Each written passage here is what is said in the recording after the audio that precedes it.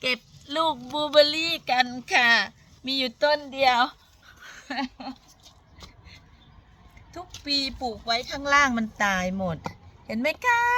ตอนลูกบลูเบอร์รี่จะไปกินกับโยเกิร์ตได้เยอะอยู่นะต้นเดียวมุมนี้ได้กินกับโยเกิร์ตอยู่นะคะ ดูสิได้เยอะอยู่อ๋อได้เยอะอยู่มาเก็บต้นมาเก็บต่อลูกบลูเบอร์รี่อ่ะเมื่อกี้บลูเบอร์รี่อันนี้เขาเรียกว่าอะไรไม่รู้นี่โอ้ยเรียกภาษาอังกฤษก็ไม่ถูกเอาดูสิคะในสวนนะคะ